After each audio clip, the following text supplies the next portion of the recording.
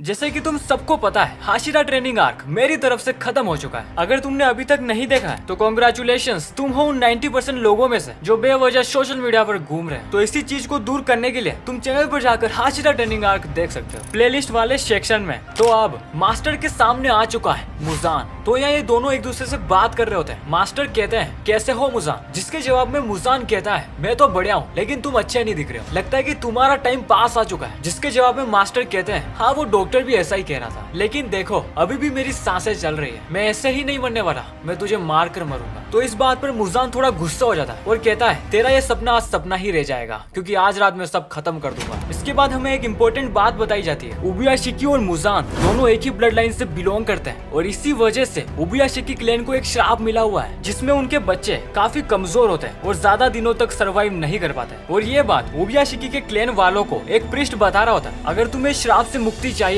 तो तुम्हें मुजान को निपटाना होगा। और इसी वजह से उबियाशिकी क्लैन के सारे मेल्स अपनी पूरी जिंदगी मुजान को हराने में बिता देते हैं, जो थी उनकी सिर्फ 30 साल की जिंदगी। हाँ मुझे पता है कि ये तुम्हें काफी छोटा लग रहा है, बिलीव मी इनकी जिंदगी इससे भी कम हुआ करती थी, क्योंकि श्राप था ही इतना तगड़ा। और इस श्राप को कम करने के लिए उबियाशिकी क्लैन वालों ने प्रिस्ट की बेटियों से शादी करना स्टार्ट कर दिया, जिस वजह से वो अब 30 साल तक जी पाते हैं। और यही सब सुनकर मुजान उनका मजाक उड़ाता है और मुजान कहता है मुझे कोई नहीं हरा सकता। और इन सब चीजों के बाद उबियाशिकी कहते हैं मुजान तेरा ड्रीम क्या है। और इसके बाद मुजान को थोड़ा अजीब लगने लगता है कि उबियाशिकी मुजान के आने पर शौक नहीं है। वो ऐसे बात कर रहा है कि उसने मुझे फोन करके घर पे बुलाया कि आजा घर पर, हम दोनों मिलकर।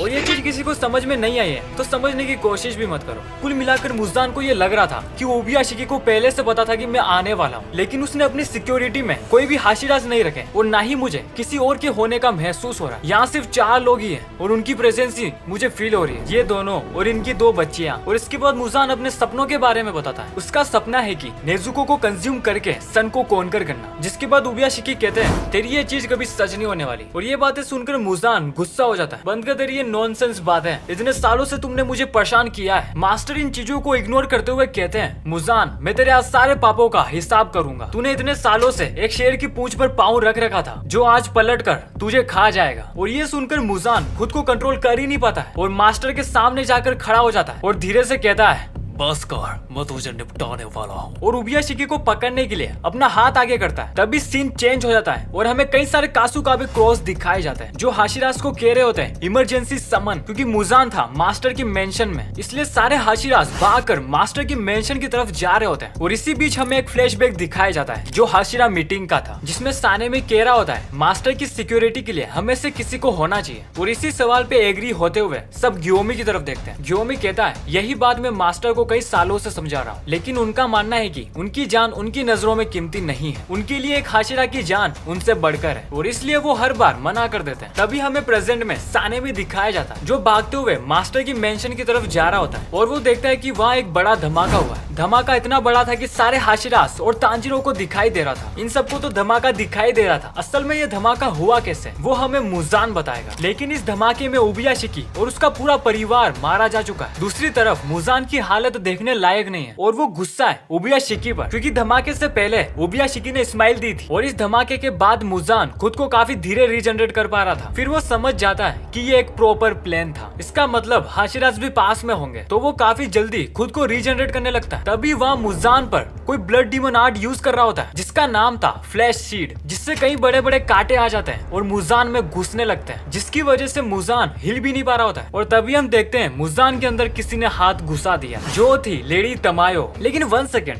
तमायो आई कैसे है? मुजान भी यही सोच रहा था। फिर हम तमायो पर देखते हैं बहुत सारे स्टिकर्स चिपके होते हैं जिससे तमायो अपनी प्रेजेंस को छुपा रही थी और ये ब्लड डीमन आर्ट उस डीमन का था जिससे मुजान ने आसाकुसा में डीमन बनाया था। और इन सब चीजों के बाद लेडी तमायो एक अजीब सी स्माइल देते हुए मुजान को कहती है मैंने तुम्हारे अंदर एक ड्रग इंजेक्ट कर दिया जो डीमंस को वापस से इंसान बनाता है। जिसके जवाब में मुजान कहता है ऐसा कुछ नहीं हो सकता। इसके बाद वो कहती है ऐसा हो सकता है। उसके बाद मुजान बताता है उसके पति और उसके बच्चों को मुजान ने नहीं खुद तमायो ने मारा। जिसके जवाब में तमायो कहती है ऐसा मुझे पहले पता होता तो मैं कभी एक डीमन नहीं बनती, मैं बस एक बीमारी के चलते डीमन बनी क्योंकि मैं अपने बच्चों को बड़ा होते हुए देखना चाहती थी और कुछ नहीं। जिसके जवाब में मुजान कहता है अच्छा उन सारे लोगों को किसने मारा? तुझे तो लोगों को मारने में मजा आ रहा था। जिसके जवाब में तमायो कहती है ये सब मैंने जानबूझकर नहीं करा, मैं एक डीमन बन गई थी तो इसलिए मुझे लोगों को मारना पड़ा। हाँ मुझे पता है मैं भी एक पापी हूँ और मैं इन पापों का अंत तुझे मार कर करूंगी। और हम देखते हैं कि मुजान की एक उंगली तमायो की आंख के अंदर होती है और इसी बीच वहाँ पर ग्योमी आ जाता है जो अपने कसूरी गामा को घुमाकर मुजान का सर उड़ा देता है। और इसके बाद हमें राइटर के द्वारा कुछ चीजें बताई जाती है उबिया शिकी के लिए। उबिया शिकी की मौत 23 इयर्स में हुई थी और हमें यह भी बताया जाता है कि मास्टर उबिया शिकी वो उन मरे हुए डीमन स्लेयर की ग्रेव पर हर रोज जाते थे जिन्होंने अपनी पूरी लाइफ मुजान को ढूंढकर मारने में डेडिकेट कर दी थी, लेकिन वो ऐसा नहीं कर पाए। और उबिया शिकी उन सारे डीमन स्लेयर्स का नाम जानते थे जो मर चुके थे। और फिर हमें ग्योमी की भी कुछ मेमोरीज दिखाई जाती है जिसमें वो कैसे उबिया शिकी से मिला था जब ग्योमी 18 साल का था और मास्टर 14। और उसके बाद वहीं कैसे मास्टर ने ग्योमी की जान बचाई एंड बाकी की चीजें, जिसमें से एक था मास्टर उससे खुद बता रहे होते हैं कि मुजान यहाँ पर आएगा तो तुम मुझे एक ट्रैप की तरह इस्तेमाल करना। पर मास्टर को कैसे पता चला कि मुजान यहाँ आएगा? फिर हमें पता चलता है कि उबियाशिकी क्लैन में फ्यूचर देखने की एबिलिटी है, थोड़ा ही सही पर है, जिससे मास्टर को पता चल जाता है। और मास्टर ग्योमी को ये भी कहते हैं कि ध्यान रखना, चाहे तुम उसका हाथ काटो, पैर काटो, गला काटो या फिर तुम वो